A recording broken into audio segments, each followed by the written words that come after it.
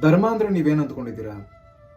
ಒಳ್ಳೇದ್ ಮಾಡಿದವ್ರಿಗೂ ಒಳ್ಳೇದ್ ಬಯಸಿದವ್ರಿಗೂ ಒಳ್ಳೇದ್ ಮಾಡು, ಕೆಟ್ಟದ್ ಮಾಡಿದವ್ರಿಗೂ ಕೆಟ್ಟದ್ ಬಯಸಿದವ್ರಿಗೂ ಒಳ್ಳೇದ್ ಮಾಡು. ಇದು ಧರ್ಮ ಅಲ್ಲ. ತಪ್ಪು ಅಂತ ಇದ್ರಿದ್ದಾಗ ಶ್ರೀಕೃಷ್ಣನೇ ತಾನು ಆಯುಧ ಎತ್ತೋದಿಲ್ಲ ಅನ್ನೋ ಭಾಷೆನ ಮಾತನ್ನ ಮರೆತು ಆಯುಧ ಎತ್ಕೊಂತಾನೆ. ಅದು ಧರ್ಮ. ಈ ಯುಧಿಷ್ಠಿರ ಜೀವನ ಪೂರ್ತಿ ಸ್ವರ್ಗಕ್ಕೆ ಹೋಗ್ಬೇಕು ಅನ್ನೋ ತರ ಬಹಳ ಧರ್ಮದಿಂದ ಬದುಕ್ತಾ ಹೋದ. ಆದ್ರೆ ಅವನ ಆತರ ಬದುಕ್ತಾ ಇರ್ಬೇಕಾದ್ರೆ ದ್ರೌಪದಿ, ಪಾಂಡವರು ಎಲ್ಲ ಬದುಕಿದಾಗ್ಲೇ ನರಕ ಅನುಭವಿಸ್ತಾ ಇದ್ರು. ಅವನ ಕಾರ್ಯಗಳಿಂದ, ಅವನ ಕರ್ಮಗಳಿಂದ. ಸತ್ ಮೇಲೂ ಅವ್ರ ನರಕಕ್ಕೆ ಹೋದ್ರು. ಯುಧಿಷ್ಠಿರ ಸ್ವರ್ಗಕ್ಕೆ ಹೋದ ತೀರ್ಕೊಂಡ ಮೇಲೆ, ಆದ್ರೆ ಅವ್ನ ಇಡೀ ಕುಟುಂಬ ನರಕ ಅನುಭವಿಸ್ತಾ ಇತ್ತು ಅವ್ನು ಬದುಕಿದ್ದಾಗ, ಅವನ ಕಾರ್ಯಗಳಿಂದ.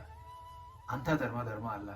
ನಿಮ್ಮನ್ನ ನಂಬಿಕೊಂಡಿರೋರು, ನಿಮ್ಮ ಕುಟುಂಬದವರು ಬದುಕಿದ್ದಾಗ್ಲೇ ನರಕ ಅನುಭವಿಸ್ತಾ ಇದಾರೆ ಅಂತಂದ್ರೆ ನೀವು ಅಷ್ಟೊಳ್ಳೆ ಕಾರ್ಯ ಮಾಡಿ ಸ್ವರ್ಗಕ್ಕೆ ಹೋಗಿ ಏನ್ ಸಾಧಿಸ್ತೀರಾ? ಕೃಷ್ಣ ದ್ವೈಪಾಯನ ಮಹಾಭಾರತದಲ್ಲಿ ಒಂದ್ ಕಡೆ ಹೇಳ್ತಾರೆ, ಒಂದು ಕುಟುಂಬನ ಉಳ್ಸೋಕೋಸ್ಕರ ಒಬ್ಬ ಮನುಷ್ಯನ ತ್ಯಾಗ ಮಾಡ್ಬಿಡು, ಒಂದು ಊರ್ನ ಉಳ್ಸೋಕೋಸ್ಕರ ಒಂದು ಕುಟುಂಬನ ತ್ಯಾಗ ಮಾಡ್ಬಿಡು, ಒಂದು ದೇಶ ಉಳ್ಸೋಕೋಸ್ಕರ ಒಂದು ಊರನ್ನ ತ್ಯಾಗ ಮಾಡ್ಬಿಡು, ನಿನ್ನ ಆತ್ಮನ ನೀನು ಉಳಿಸೋಳಕ್ಕೋಸ್ಕರ ಇಡೀ ಜಗತ್ತನ್ನೇ ತ್ಯಾಗ ಮಾಡ್ಬಿಡು ಅಂತ. ನೀವು ಮಾಡೋ ಕಾರ್ಯಗಳಿಂದ ನಿಮ್ಮ ಕುಟುಂಬದವರಿಗೆ, ನಿಮ್ಮನ್ನ ನಂಬ್ಕೊಂಡಿರೋರಿಗೆ ಕೆಟ್ಟದಾಗ್ತಾ ಇದೆ ಅಂತಂದ್ರೆ ಆ ಒಳ್ಳೆತನ ಅಲ್ಲ, ಹೇಳಿತನ. ಆ ಧರ್ಮ ಅಲ್ಲ, ಅಧರ್ಮ. ನಿಮ್ಮ ಜೀವನದಲ್ಲೂ ಆ ಥರದವ್ರು ಯಾರು ಇದ್ರೆ ಅವ್ರಿಗೆ ಮಾತು ಹೇಳಬೇಕು ಅಂತಿದ್ರೆ ಶೇರ್ ಮಾಡಿ.